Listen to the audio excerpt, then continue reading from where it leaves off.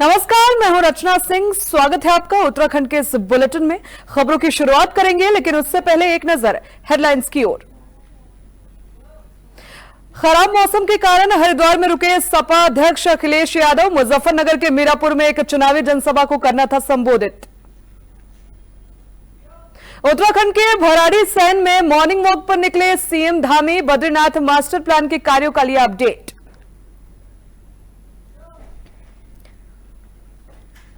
बद्रीनाथ धाम के कपाट बंद होने पर आज शंकराचार्य की गद्दी पहुंची जोशीमठ नरसिंह मंदिर।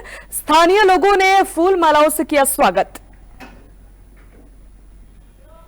दून यूनिवर्सिटी में राष्ट्रीय कौशल और रोजगार सम्मेलन का शुभारंभ। कार्यक्रम में कौशल विकास मंत्री सौरभ बहुगुणा मौजूद। केदारनाथ उपचुनाव प्रचार का अंतिम दिन। नेता प्रतिपक्ष यशपाल आर्य ने कहा, केदारनाथ की जनता का रुख भाजपा के खिलाफ नजर आ रहा। तो चलिए अब खबरों का रुख करेंगे। समाजवादी पार्टी के अध्यक्ष और उत्तर प्रदेश के पूर्व मुख्यमंत्री अखिलेश यादव का मीरापुर में चुनावी जनसभा में शामिल होने का कार्यक्रम खराब मौसम के कारण बाधित हो गया। कम विजिबिलिटी के चलते उनका हेलीकॉप्टर जॉली ग्रांट एयरपोर्ट से उड़ान नहीं भर सका, जिससे उन्हें हरिद्वार में ही रुकना पड़ा। सोमवार को अखिलेश यादव को मुजफ्फरनगर के मीरापुर में एक चुनावी जनसभा को संबोधित करना था। गाजियाबाद में कोहरे की वजह से उनका हेलीकॉप्टर लैंड नहीं हो सका और लौटते समय अंधेरा होने के कारण उड़ान संभव नहीं हो पाई। जॉली ग्रांट एयरपोर्ट पर कुछ समय इंतजार करने के बाद अखिलेश यादव हरिद्वार चले गए, जहां उन्होंने रात्रि विश्राम किया। मौसम संबंधी समस्याओं के कारण उनकी मीरापुर यात्रा स्थगित होने से स्थानीय कार्यकर्ताओं में निराशा है। हालांकि सपा अध्यक्ष का संदेश है कि वो जल्द ही चुनाव प्रचार के लिए फिर से मैदान में उतरेंगे।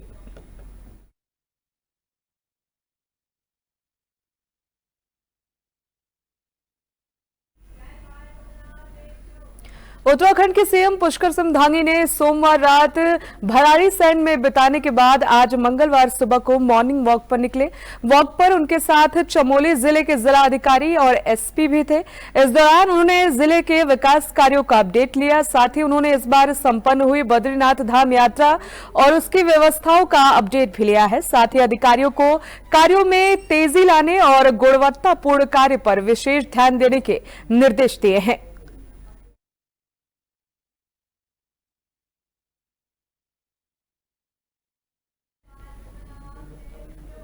बद्रीनाथ धाम के कपाट बंद होने के बाद आज शंकराचार्य की गद्दी नरसिंह मंदिर पहुंची, जहां पर स्थानीय लोगों ने फूल मालाओं से डोली का स्वागत किया है। डोली के जोशीमठ नरसिंह मंदिर पहुंचने के साथ ही बद्रीनाथ धाम की यात्रा का भी समापन हो गया है।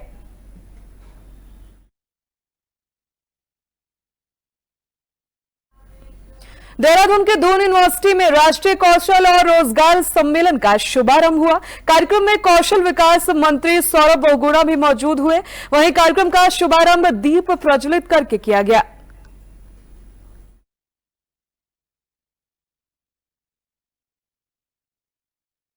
केदारनाथ उपचुनाव के लिए सभी राजनीतिक दलों के लिए चुनाव प्रचार का समय समाप्त हो गया है और अब सबको 20 नवंबर यानी कि कल का इंतजार है। वहीं इसी बीच कांग्रेस पार्टी अपनी जीत का दावा कर रही है, जिसके चलते उत्तराखंड के नेता प्रतिपक्ष यशपाल आर्य ने कहा कि केदारनाथ की जनता का रुख भाजपा के खिलाफ नजर आ रहा है। साथ ही उन्होंने भाजपा पर तीखा हमला करते हुए कहा कि जिस तरह भाजपा के तुगलकी फरमान से केदारनाथ धाम की अस्मिता को चोट पहुंचाने का काम किया गया है, उससे जाहिर होता है कि भाजपा की कथनी और करनी में अंतर है।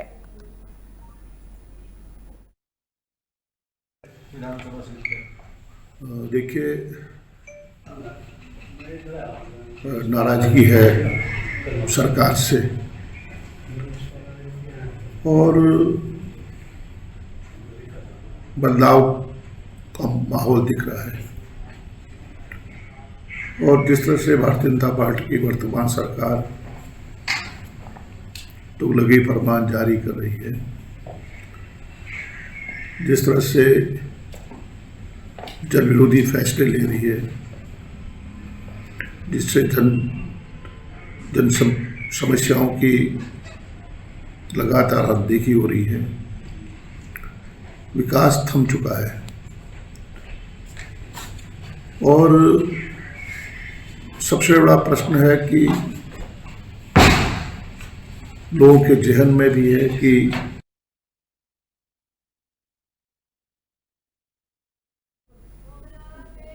खबर उत्तराखंड के देहरादून से है, जहां ग्रीष्मकालीन स्थान से चार धाम के कपाट बंद होने के बाद अब शीतकालीन स्थल से चार धाम के दर्शन कर सकते हैं। आपको बता दें कि पिछले वर्ष की तरह इस वर्ष भी शीतकालीन चार धाम यात्रा पर जोर दिया जा रहा है। अगर आप भी ग्रीष्मकाल दौर में चार धाम के दर्शन नहीं कर पाए तो अब आप शीतकाल में भी चार धाम यात्रा के दर्शन कर सकते हैं। बद्रीनाथ धाम के कपाट बंद होने के बाद शंकराचार्य स्वामी अभिमुक्तेश्वरानंद जी महाराज देहरादून पहुंचे, जहां उन्होंने पत्रकारों से बातचीत करते हुए कहा कि हिंदू समाज में एक भ्रांति पैदा हो गई है।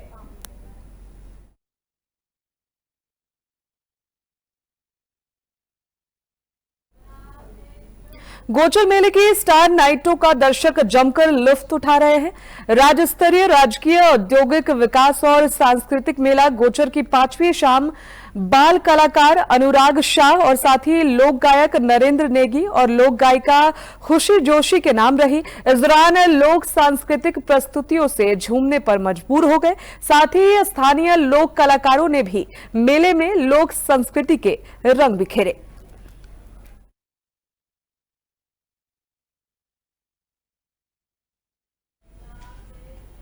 देहरादून की हवा में प्रदूषण का स्तर बढ़ने की वजह से शहरवासियों की चिंताएं बढ़ गई हैं। एक समय में पहाड़ों की साफ सुथरी हवाओं के लिए मशहूर इस शहर की हवा भी अब प्रदूषण के जाल में फंसती नजर आ रही है। पिछले कुछ दिनों में एयर क्वालिटी इंडेक्स का स्तर लगातार गिरता जा रहा है, जो साफ संकेत है कि शहर की हवा में प्रदूषण तेजी से बढ़ रहा है। आज देहरादून का AQI लेवल अब सामान्य नहीं दिखाई दिया। वहीं प्रदूषण विभाग के अधिकारियों का कहना है कि थर्मल इन्वर्जन की वजह से आगरा से लेकर मणिपुर तक AQI लगभग एक जैसी दिखाई गई है। इसका कारण थर्मल इन्वर्जन है।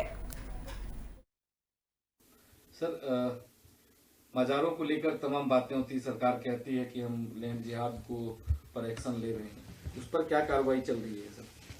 मुख्य रूप से माननीय उच्चतम न्यायालय द्वारा आदेश भी पारित हुए हैं वहाँ पे, जिसके क्रम में उत्तराखंड में जो सरकारी भूमि है, सरकारी पार्क है, ऐसे क्षेत्रों में कोई भी धार्मिक अवस्थापनाएं अगर वहाँ वैध रूप से अवैध रूप से होती है और जिसको हटाने की या उसको विस्थापित करने की जो व्यवस्था उसमें दी गई है, इसके अंतर्गत कार्रवाई की जा रही है। जो संबंधित सक्षम अधिकारी है उनके द्वारा कार्रवाई करते हुए अलग अलग अपने अपने क्षेत्रों में विधिक कार्रवाई जो प्रॉपर नोटिस देते हुए कार्य किया जा रहा है। जहाँ तक वन विभाग की बात है, यहाँ पे जिस प्रकार से वन भूमि पर अतिक्रमण चल रहा था यहाँ पे, तो एक एंटी एंक्रोचमेंट ड्राइव के अंतर्गत 1200। वास्तव यह है कि जितना जो धारावी में रहता है उसको वहां घर मिलेगा। जो धारावी में फर्स्ट फ्लोर पे उस प्रकार से अधिकृत नहीं है उसको भी घर मिलेगा। धारावी में जो इंडस्ट्रियल यूनिट है तो 250 स्क्वायर फीट का उनको भी मिलेगा। अगर ये सब चीजें हो रही है, धारावी में झुग्गी झोपड़ी में रहने वाले हमारे मुंबई वासी को अपना पक्का घर मिल रहा है, तो राहुल जी अबू धाबी को शेख को नहीं मिल रहा है, इसलिए आप चिंतित है क्या? ये हमारा आपको सवाल है। खबर उत्तराखंड के रुड़की से है, जहां रुड़की के एक प्राइवेट हॉस्पिटल में डिलीवरी के बाद एक महिला की मौत हो गई, जिसके बाद महिला की मौत के साथ ही परिजनों ने हॉस्पिटल में जमकर हंगामा काटा है। आपको बता दें कि परिजन सुबह गर्भवती महिला को अस्पताल लेकर पहुंचे थे, तभी डॉक्टरों ने महिला का ऑपरेशन किया। महिला की मृत्यु के बाद परिजनों को बिना बताए एम्बुलेंस से हायर सेंटर भेज दिया गया। परिजनों ने जब महिला को देखा तो महिला की सांस नहीं चल रही थी, जिसके बाद परिजनों ने घटना की सूचना पुलिस को दी। मौके पर पुलिस प्रशासन की टीम पहुंची, तब तक डॉक्टर स्टाफ अस्पताल से फरार हो चुके थे। के रहने वाले हम उनको सुबह 8 बजे लेके आए थे यहाँ पे। उसके बाद हम यहाँ से उतरे, एम्बुलेंस में से वो अपना आप चल के ऑपरेशन थिएटर तक गई हैं। उसके बाद उन्होंने बोला कि ऑपरेशन कर रहे हैं हम। ऑपरेशन के टाइम हमें थोड़ी देर बिठा के रखा कि आप लोग बैठो, वेट करो यहाँ। हमने कहा हमें अंदर जाने दो, मिलाने दो उनसे। कह रहे नहीं, उसके बाद ही मिलोगे ऑपरेशन के बाद। उसके बाद उन्होंने हमसे 10:30 बजे बताया कि डिलीवरी हो गई है और माँ और बच्चा दोनों ठीक है। उसके बाद थोड़ी देर बाद उन्होंने बोला कि उसे दौरे पड़ रहे हैं। तो हमने बोला दौरे पहले भी पड़े नहीं, हमने कहा कोई दौरे नहीं पड़े उन्हें आज से पहले, ये पहली बार बता रहे हो आप लोग। उसके बाद उन्होंने सीधा 5-10 मिनट बाद लाके सीधा एम्बुलेंस में डाल दिया और कह रहे इनको देहरादून लेके जाओ और वहाँ ठीक हो जाएगा इसका दौरे वगैरह। हाँ जी, ऑपरेशन से डिलीवरी हुई थी, लड़की बताइए, लड़की हुई है। डॉक्टर का सर नाम नहीं मुझे पता। क्या इससे पहले इलाज यहीं चला था? नहीं यहाँ कैसे लेके आया? सर यहाँ मैंने एक लड़का सरकारी हॉस्पिटल में एक लड़का बैठा हुआ था बाहर गेट, उसने कहा कि मैं आपको लेके चलता हूँ वाली डायमंड हॉस्पिटल में। और क्या मामला है? यहाँ सुबह डिलीवरी के लिए आए थे हम, तो मैडम ने बोला कि बच्चा हमारे लिए, बच्चा और माँ दोनों सेफ चाहिए, हमें पैसे की कोई दिक्कत नहीं है। तो हमने बोला ठीक है। तो उन्होंने डिलीवरी के दौरान हमने उनसे पूछा कि क्या हुआ, तो उन्होंने कुछ नहीं बताया। उसके बाद में बोला माँ और बच्चा दोनों सेफ है। तो उसके बाद फिर हमने पूछा क्या हुआ, तो उन्होंने कुछ नहीं बोला। फिर उन्होंने अपने आप ही एम्बुलेंस को फ़ोन किया, फिर बोला कि इनको देहरादून के लिए रेफ़र कर दो। तब हमने देखा, हाथ लगाया मैंने, तो बॉडी में कुछ नहीं। कब लेके आए थे आप? और हमें पेशेंट से मिलने भी नहीं दिया है, कुछ नहीं, कुछ बता ही नहीं रहे हैं। कब लेके आए थे आप? सुबह। तो क्या बच्चा सेफ है? बच्चा भी अभी देख रहे हैं, अभी तक गया है, गोली लगा गया। कौन डॉक्टर है यहाँ पर, बताया आपको? डॉक्टर को बताया नहीं था, डॉक्टर तो सब भाग गए यहाँ से, सब स्टाफ भाग गए। क्या तो चाहते हैं? क्या चाहते हैं? हम तो ये चाहते कि इनके ऊपर केस हो, ये मुश्किल बंद हो। अब यहाँ मौजूद नहीं है, कोई संचालक नहीं है? संचालक कोई नहीं है। सब लोग फरार हो गए।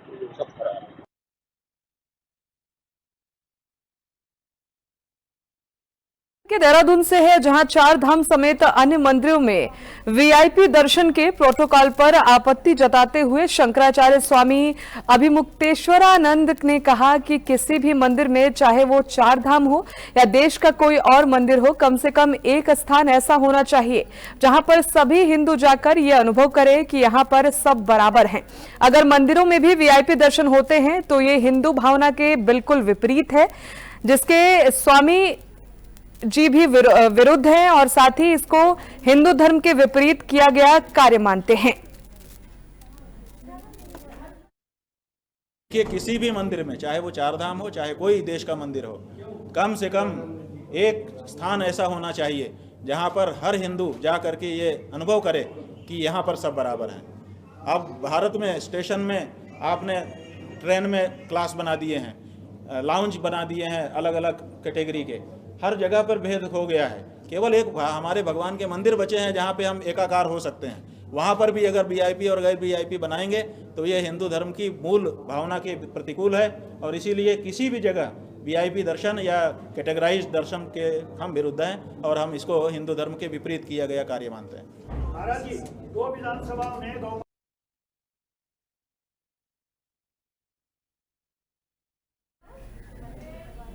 रुद्रपुर कोतवाली पुलिस ने युवक पर हुई फायरिंग मामले में खुलासा करते हुए संजय पासवान नामक आरोपी को गिरफ्तार किया है। एसपी सिटी मनोज कत्याल ने बताया कि 12 तारीख को बगवाला में मामूली विवाद के बाद ड्यूटी पर जा रहे युवक ने मुसाफिर पर फायरिंग कर दी थी। गंभीर हालत में उसे हल्द्वानी के सुशीला तिवारी अस्पताल रेफर कर दिया गया। मुसाफिर की पत्नी शोभा ने 13 तारीख को आरोपी के खिलाफ मुकदमा दर्ज कराया था। पुलिस ने सोमवार को संजय पासवान को बगवाला के विमको फैक्ट्री के पास से गिरफ्तार किया है। पुलिस ने आरोपी के कब्जे से 12 बोर का तमंचा और खाली खोखा भी बरामद किया है। आरोपी को पुलिस ने न्यायालय में पेश किया, जहां से उसे जेल भेजने की कार्रवाई की गई है। बेसिकली ये 12 नवंबर की घटना है, जिसके संबंध में दिनांक 13 को हमें एक तहरीर प्राप्त हुई थी, जिसमें सुसंगत धाराओं में हमने अभियोग पंजीकृत किया था। क्योंकि जानलेवा हमले से संबंधित बहुत ही संगीन अपराध था, तो इसमें हमने टीमों का गठन किया था, जिन्हें एक बड़ी सफलता मिली है आज, जिसमें एक अभियुक्त को घटना में प्रयुक्त तमंचे और एक कारतूस के साथ हम लोगों ने गिरफ्तार किया है। इसकी क्रिमिनल हिस्ट्री की हम लोग जानकारी कर रहे हैं और इसको इन्वेस्टिगेशन इसमें फर्दर की जाएगी। जो भी फैक्ट्स आते हैं इन्वेस्टिगेशन में, उसके बेस पे अग्रिम कार्रवाई की जाएगी।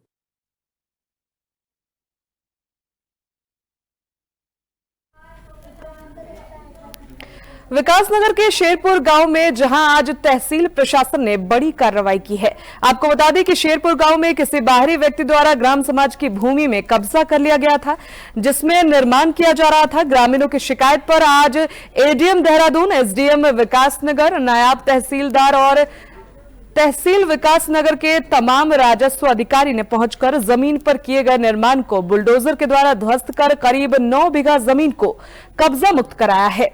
वहीं एडीएम देहरादून ने कहा कि अगर विकासनगर क्षेत्र से कोई और भी इस तरह की शिकायत आती है तो उस पर भी जल्द ही बड़ी कार्रवाई की जाएगी।